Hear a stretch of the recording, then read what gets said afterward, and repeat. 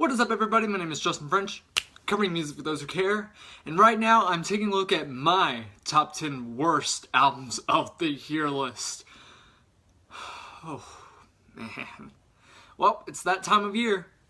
So, how this is going to work is I worked this week on my top 10 worst albums of the year list, so hopefully next week or the week after I can at least work on my best albums of the year list. So you'll definitely be seeing a video of that coming soon. Probably not anytime this week because I think I only have like one album I gotta review, and then I'm working on filming that review. So anyways,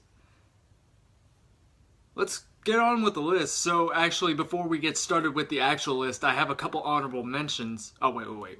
I'm sorry. This is a worst albums of the year list. Dishonorable mentions. Roll clip. I mean, just look at that album cover. I didn't care for these releases because I can't. We've waited 11 years for this. This is from the same singer that sang Fergalicious. Wait, is that even a word? Alright, now that we got those shit piles out of the way, let's get started with the actual list. So my first pick for top 10 worst albums of the year list is Bush's new album, Black and White Rainbows. Did anyone else remember that this album had come out early in the year? Yeah, I totally forgot about it too, and oh my lord, it was a bore to sit through throughout its 57-minute runtime. Here, I'll give you a dramatization of what happened while I was listening to that album. Huh. What happened? I had that dream where Limp Bizkit were actually not that bad, and I could understand trap music. Did I mention this is the same group that wrote tracks such as, I don't know, maybe Everything's In, Swallowed, Little Things, Come Down, The Chemicals Between Us? Even Glycerin. I'm not even the biggest fan of Glycerin, but that track completely blows this one out of the water. Oh, and the lyrics. Oh, mercy. I only have one word for the music styling and the lyrics I chose for this record. It comes in 4 syllables. Repetitive. This came after the divorce of Gavin Rossdale, lead singer of Bush. His wife of over 14 years, no doubt singer, solo artist, Gwen Stefani. We all know Gwen Stefani. Probably one of the worst records of last year. But anyways, the only tracks I really didn't find to be bad or boring was Mad Love, the first single, and The Beat of Your Heart. Those are the only 2 songs that I found enjoyable. Other cuts such as Ravens, Dystopia, and even Toma Mi Corazon, which means Take My Heart in Spanish. I probably butchered that, but oh well. Yeah, they just bored me to tears. This album didn't even chart on the Billboard 200, and I can honestly see why. Now, Bush, if you're watching this, you haven't made a good album in my eyes since you came back in 2010. And I hope if you do continue to make something, at least have something that's gonna attract me to want to listen more. Please, that's all I beg of you. Coming in at number 9 on my worst albums of the year list is an album I was very excited about, but after listening to it, it just left me in utter disappointment. Alright, here we go. Bam, Motionless in White's Graveyard Shift. I know, a lot of people are gonna be like, ugh, this album wasn't supposed to be taken too seriously. It's not a bad record. I never thought it was a bad record. Unlike Bush, who I knew wasn't gonna have a great album, I was really hoping this one would be as great as their previous album, Reincarnate. But this album took 2 steps backwards from that. God, they released 2 great singles. 570, which was released in June of last year, talks about the 10-year anniversary of the band. I thought it was a great heavy track. And then we got Eternally Yours at the beginning of the year. And I love the vocal delivery on that. I love the blazing synths, and I love the ripping guitars on the track. And then you get a single like Loud Fuck It, and then all of a sudden you're like, you know, I kind of hope that this album doesn't kind of fall in the same direction as that song. And Yeah, I'm afraid to say it, but it happens. This is also the band's first notable release on Roadrunner, which is a popular metal label, and also the last to feature their keyboardist Josh Balls. Yes, that's his name. Grow up. I also have to admit that Jonathan Davis does appear on this record, on the track Necessary Evil, and that is where bad nu metal comes into play. Especially whenever John Davis sings that chorus, "It's my party and I'll die if I want to," with lyrics sampling Leslie Gore's hit, "It's My Party." Melanie Martinez did a sample of that song about close to 3 years now. And I have to say, that still holds up more than this track does, and this album isn't even a year old yet. And besides tracks like Rats, the 2 singles I already talked about, and Voices, Voices, you know that filler track that was in the middle of the record? Yeah, I'd skip the rest of this album and hope that the next release is as good, if not greater, than Reincarnate. And as I lead you on to number 8 on this list, tell me these lyrics would not creep anybody out if you read them to you. "Hello, hello, hello, my name is Melancholy, and this is an hola to mi amigos. Now, I want to talk about my fashion messiah and why I look the way I do." You know, besides the lyric from Limp Bizkit, "Red hat to the back like Fred Durst." Maybe I'm colorblind. But we're going to talk about my fashion idol, and that is...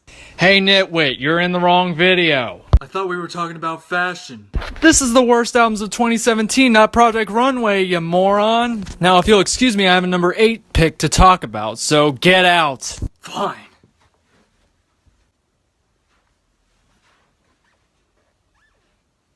Sorry. He might creep some of you new viewers out there. My apologies. But yeah, number 8 on this list is Migos Culture. Yeah, you know, I just don't give a care about this group. Does anyone want to explain the culture of trap music that's been going around lately? Because I just don't get it. Talking about your drug dealer or fucking bitches. Someone explain why really this is relevant in our culture. I'll wait.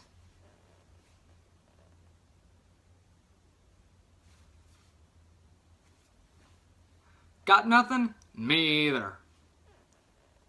I mean, this album is just a bunch of nonsense lyrics, clinky instrumentals, and a bunch of stupid noise effects that any hype man could have created. Yeah, I said it. Someone should have just named this group Quavo and the Hype Men, because Quavo is pretty much the only member I can even remember in this group. I mean, what does Quavo even mean? I even looked it up in Translate, and this is what I got.